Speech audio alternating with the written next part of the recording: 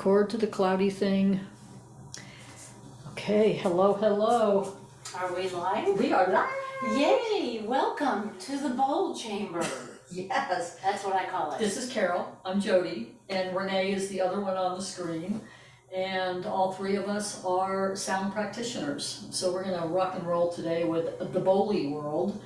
And I started this sound healing group in Hot Springs because I know some amazing sound healers that live here and we work here, and we all offer something a little different. So this will be the first of many of these little video vignettes, and I'm working on getting them up on YouTube and in our Meetup group so you can find them later. So, how should we do this? The bowls that Carol is using are part of my collection because I decided that I couldn't play all 100 by myself. So, no, seriously, they were yelling at me because they were not being played. So I handed them all to her except what I brought on a 3-month road trip, and she is going to be doing bowl sound healing sessions here in Hot Springs Village because my sessions are completely different these days, 20 years after I met these. But if you could play these two for a minute, I'd like to introduce them. So back in the 20 years ago days, these were two of the original bowls that I bought. My big F, I call him grandfather, and this is the BC bowl. So she's playing two of the originals. And we are gonna start.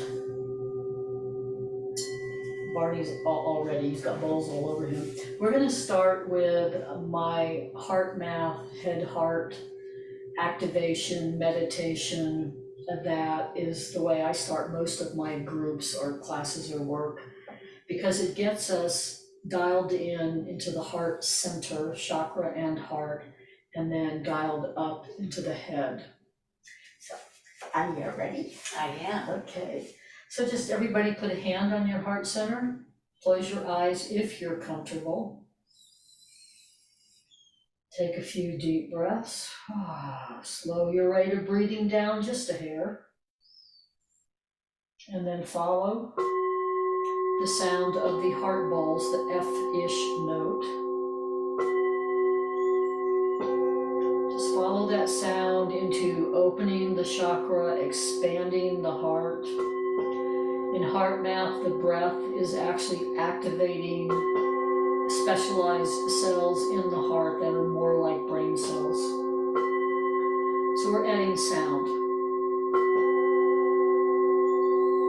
And as you breathe and focus in your lungs and heart, in your heart area, imagine something, a heart memory that brings up gratitude. It's not your head memory, it's your heart memory. So you're breathing and expanding gratitude.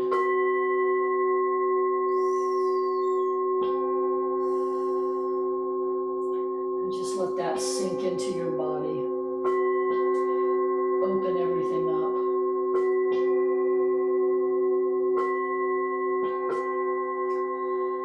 And then we're going to invite the heart and the gratitude through your breath and your focus to connect with your brain cells, your brain.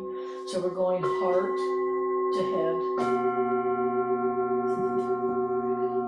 heart to head. So just use your breath to move the gratitude up your body.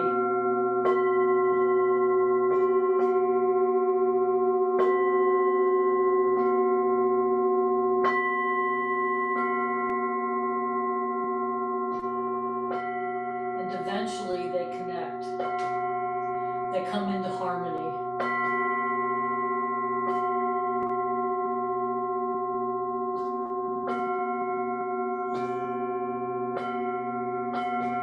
And heart math calls this harmony a state of coherence.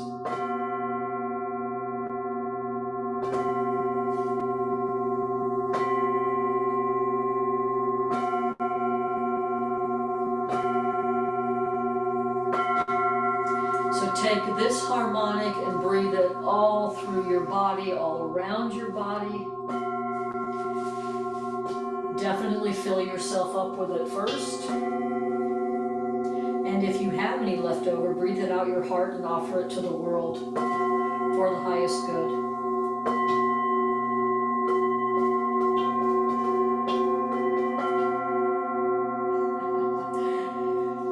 We didn't even have to practice that. That worked. Yay! Thank you. Are you breathing now? So, Renee, do you have any comments or questions? I can't see the screen to tell if you're even still there. You got anything that you need to say on your end? I've never done that before. That was lovely. You've never done that? I've never done that with you. Oh my goodness. Mm-mm. Yeah, this is how I ground and get in a state of coherence before I start anything. I sort of cheat. And the musical form of head-heart harmony for me is the key, because we're usually up in our heads trying to figure out what we're going to say. All of us. So thank you for joining us with that. And for any of you doing it on YouTube or on Meetup, just take a breath and enjoy it. The state of coherence or harmony, as Greg Braden calls it, if you practice going there on a regular basis, it lowers cortisol and it lowers stress, and it just calms and relaxes the entire body.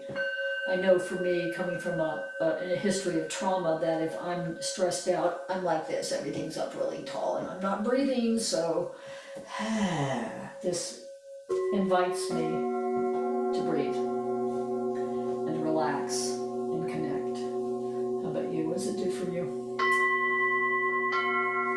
It absolutely relax and breathe, and it grounds me. Yeah. It grounds me. Yeah. Takes me out of here. Yeah.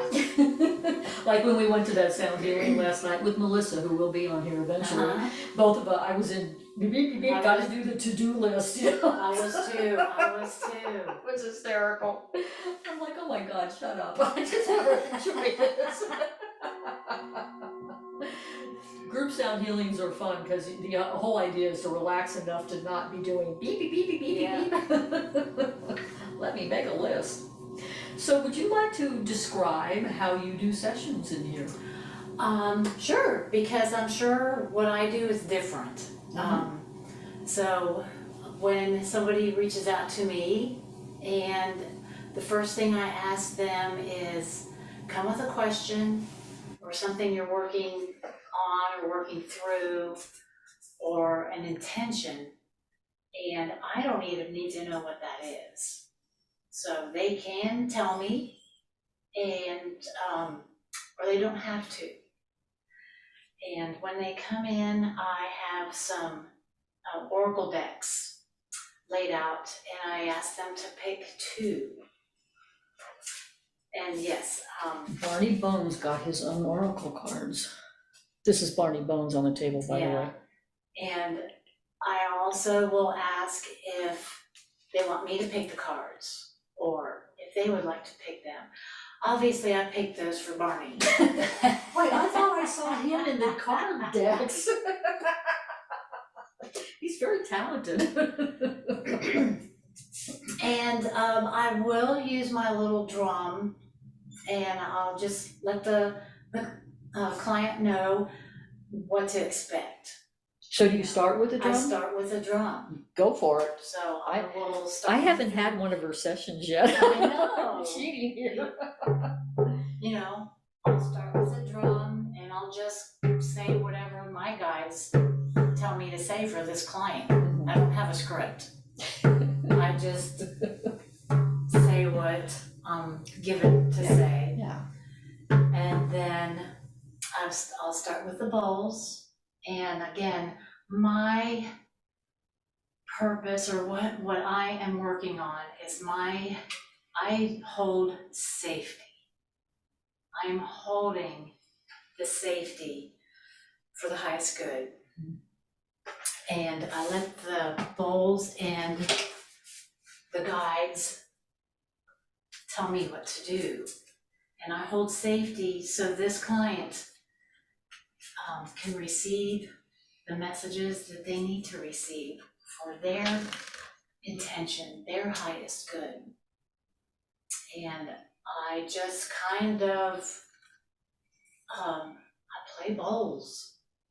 Go ahead. And I just start, and I'll start, usually I have the two big ones by the head. Yeah. And I will start here. And, something.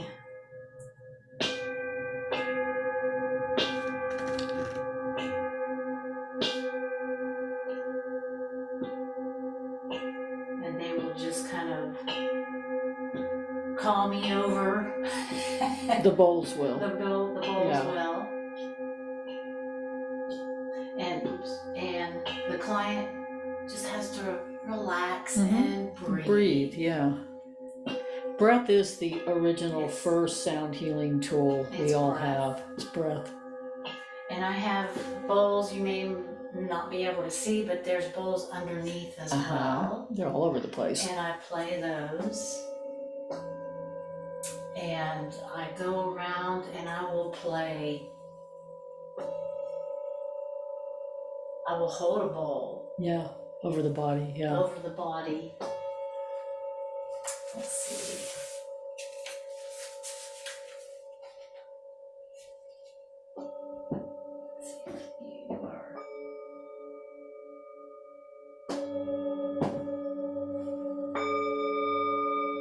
And I will do that with each energy center.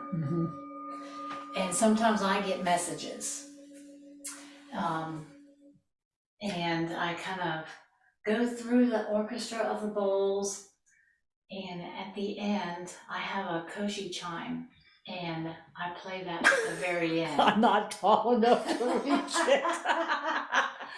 Excuse me, let me get a cheater. Yeah, and I let the client know before any of this, I'm gonna drum you in, I'm gonna play bowls, and I'm ending when you hear the koshi chime. Yeah, so when you're getting messages, you're not talking to them, you wait until the end and give them information. In fact, we don't even look the cards up until the end of the session. Ooh, that's cool. Yeah, so it's that's just what kind of happened, I had this room full of bowls, and I'm like, okay, what the heck am I gonna do? And that's where... Well, and my assignment when I left her all my bowls and took off, except for the concert bowls, was figure out how to use them in a session. They'll teach you. And that's exactly what happened. Yeah. They taught me. They taught you. They taught me. So I'm gonna add to this because this is fun. You can put them at the head, at the heart, at the gut, in the hands, and at the feet. Yeah, and it's interesting. I do vibroacoustic healing, which uses technology to do a lot of this in addition to the instruments. And in the old days, I worked with a lot of massage therapists whose hands hurt all the time.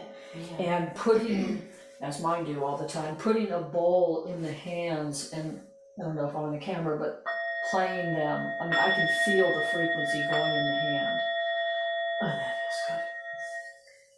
So, about how long do your sessions last? It'll be an hour altogether. Okay. It'll be an hour.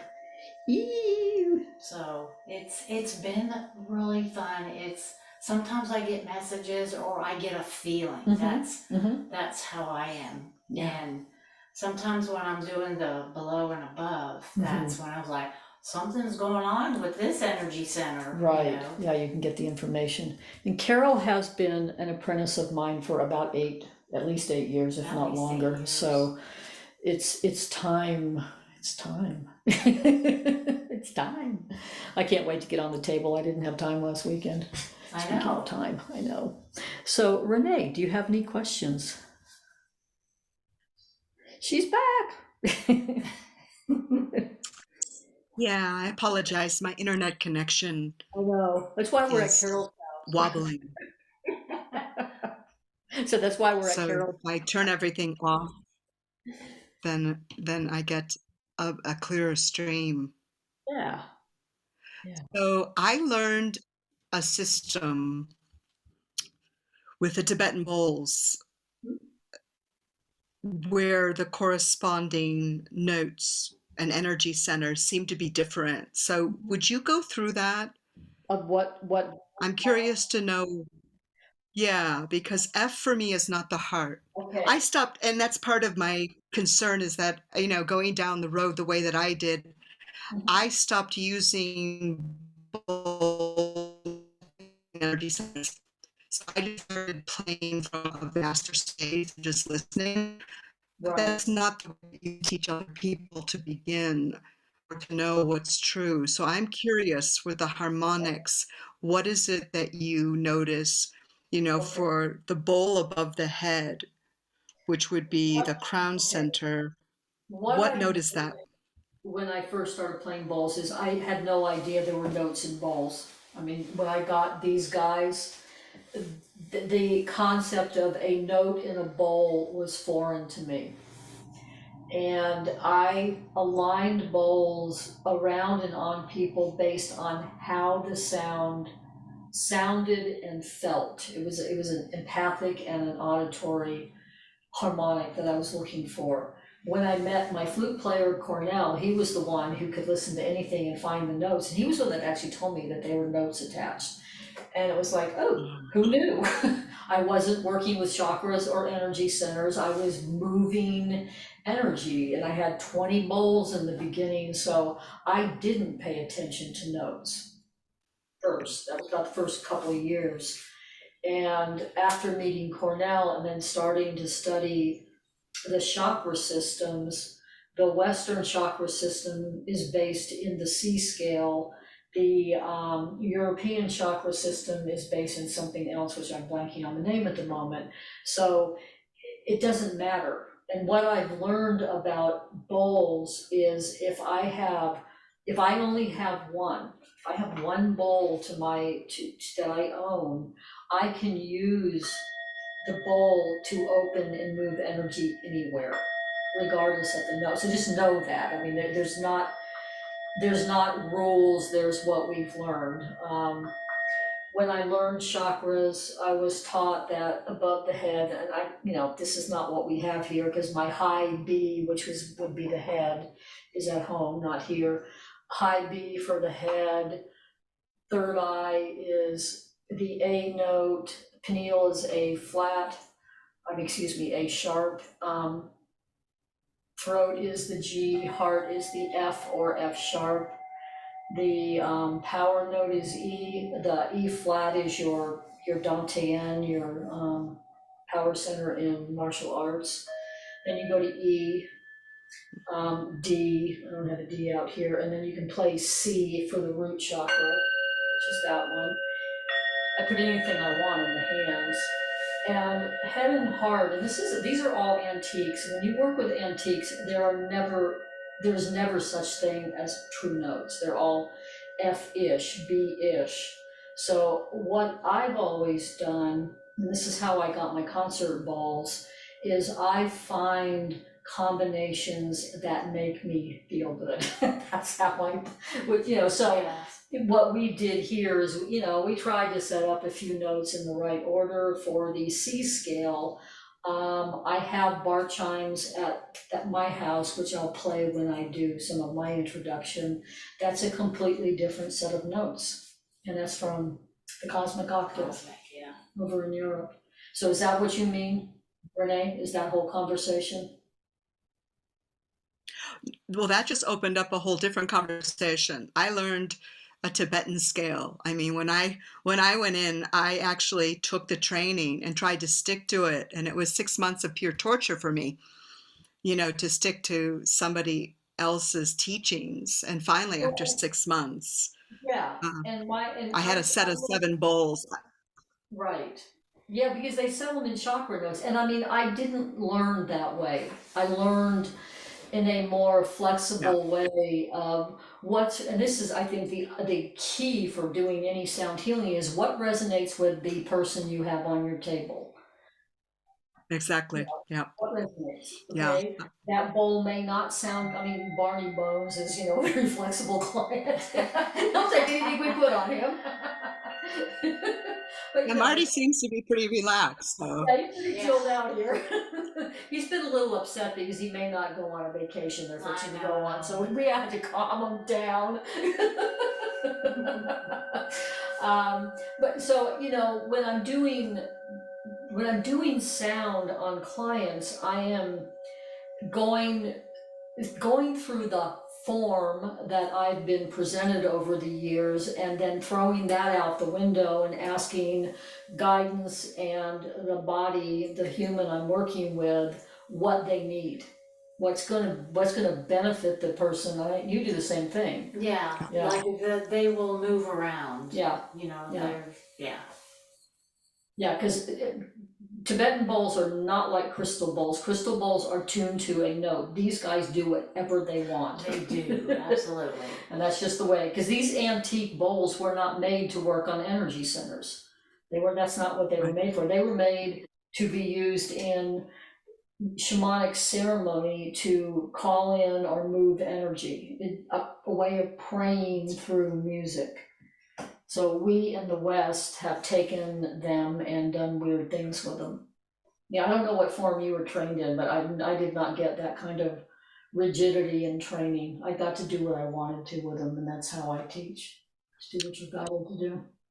Yeah, F was the base chakra, and B was the head, and so all of the notes that you mentioned, which of course there are harmonics because there's a fundamental tone, are different. The only one that was the same was B for the head, and so and again, the size of the bowl. My F bowl is about as large as your large bowl, and it was incredible to actually put that bowl on the back of someone's sacrum. Oh, and just and so I think for me it was good to hear you say that, because finding permission to not adhere to a particular doctrine. I mean, I can't adhere to anything.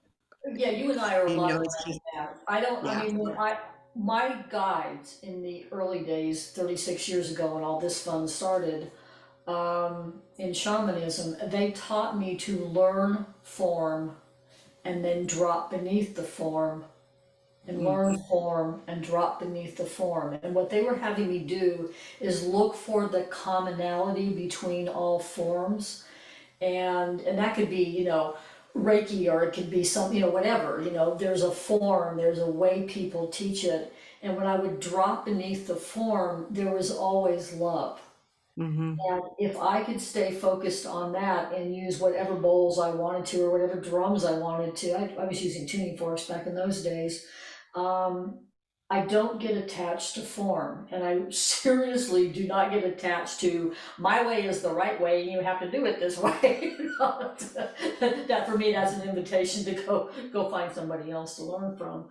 So I really teach people, when I'm teaching, to intuit what feels right.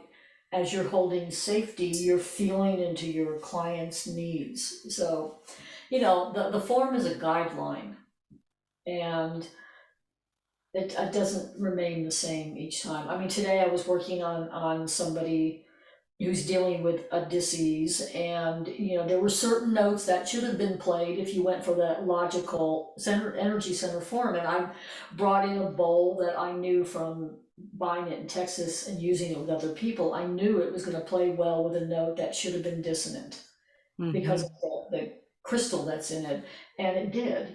So if you don't break the rules, you'll never learn the magic combinations with these instruments. I'm always about breaking those rules. And I don't know where, is that grandmother, or is that the other F? Another big F.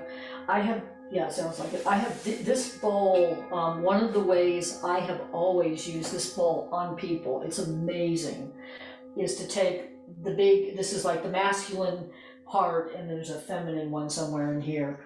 and I will put that on either side of somebody's head and start playing these bowls very slowly and then get them in unison. And those of us that are out here cannot hear the bowls ringing anymore, but you can hear, they go on and on and on. These are really ancient old bowls. And what I see energetically that does to somebody's head is it forms this beautiful infinity energy of marrying the right and the left side of the brain and getting the heart in the, it's sort of the old-fashioned heart map, you know. It was a way to get head, heart, everything into coherence, and both sides of your brain in coherence. And I used this one because it was my first big one. You know, there's a really logical reason here. And I got the other one when I started selling bowls, when these were still available. It was like, ooh, it's the same size and the same note-ish, you know. So I just play with bowls like that. I always have. I like combining the feeling of what they feel like and what they do to people. Yeah, it was interesting when I took them all down and I'm like, okay. Start playing them, I'm like, okay, what are you gonna be today? Exactly. Yeah, we don't follow rules around here. If there's a rule, I like to break it, especially in sound healing. Well, there's a lot of people that teach a very rigid form of sound healing. I mean, there's a lot of that out there. And I teach shamanic sound healing. And shamanism is about getting real clear with your communication with energy, guides, angels, the human you're working with, and paying attention to what you are receiving to do the session in that way. It's not about following form. Yeah, I don't have much of a form, so I am guided. Yeah, and the safety factor, having this room be a safe container is key, and being able to do it that way. Yeah, that's my biggest Yep. role. Yep, exactly. Yeah. Ooh, we've already done a half an hour. We do that. Anything else to say? Any more questions? I'm just excited to start. So Carol, do you use tinctures? Not yet. They're on their way. I was curious if Yeah. either of you use tinctures. Yeah, I use tingshaws and bells, gantas, yes. Most of mine are still in storage. You know, everything's in storage still. But I ordered these little kits that will have a bell, tingshaws, a stick to sing the bell, and I'm putting a crystal from around here in it so I can sell it as a kit. And they should arrive, I think, in about a week. Which will be fun. Because I mean, I've sold all my tingshaws and bells years ago, you know. I know, when you told me, I'm like, Yeah, finally, get some more. Yeah, tingshaws in the original sound healing, let me see if I can remember this. Tingshaws, you don't even, I didn't leave one with you, did I? Tingshaws are those little things you ding. I'll show you at my house. Like you take two of these and they're on a rope and you ding them, and no, I will not do that to these. Tingshaws are not antiques. And I was taught that you can ding the tingshaws and take one end and read the body, and the other end is sort of like your stethoscope earpiece, which I can do that long distance with a gong, a bowl, or a drum. I mean, it's easy, but they're sort of the readers, and also take you into meditation. And then the bells can actually break up energy if they're rung over the body. And I tend to take the clappers out of all my bells and play them with sticks rather than playing them with the clapper. So yeah, I use them all the time. I just couldn't carry any more heavy metal with me. This stuff is heavy. Yeah. Yeah, we'll get to demonstrate all that stuff. I mean, you know, this meetup, I'm gonna have fun with this because it's like, ooh, who wants to come play, record all this stuff? We're gonna have fun and play. So Carol, do you want to give out your contact information, or do you want me to post it underneath the video, or what do you want me to do? Well, my website is in progress, Okay, and I don't know what else information. phone number, email, how they can, Email. how people can contact you if they want a session. Let's do the my Gmail. That's easiest. Mm-hmm. Gmail CSW New Path at gmail.com. Yeah. So I'll put that under. I'll Okay. put it in writing, since when I'm listening to these things, I'm like, she said what? Okay. So Renee, thank you so much for coming on the first one. My pleasure. This has been great. This is fun. Well, it's just an opportunity to just, I mean, I've got so many friends that do this, and so many of them here in the Hot Springs area, that, it's like I get to talk to all these people I love and find out how they do their work. This is really fun. And if you need Barney, Yes, Barney is man, he's a great demo. Barney, are you awake? Look how happy he is. He's got a big grin on his face. I think we chilled him out. So for any of you watching this later, thank you. If you have any questions, put it in whatever messaging comment portion of the video that you can, and I will see that eventually. And Renee, it's good to see you. You guys too. Thank you so much for sharing. It's really lovely. Thank you, Carol. Until next time. Thank you. Bye.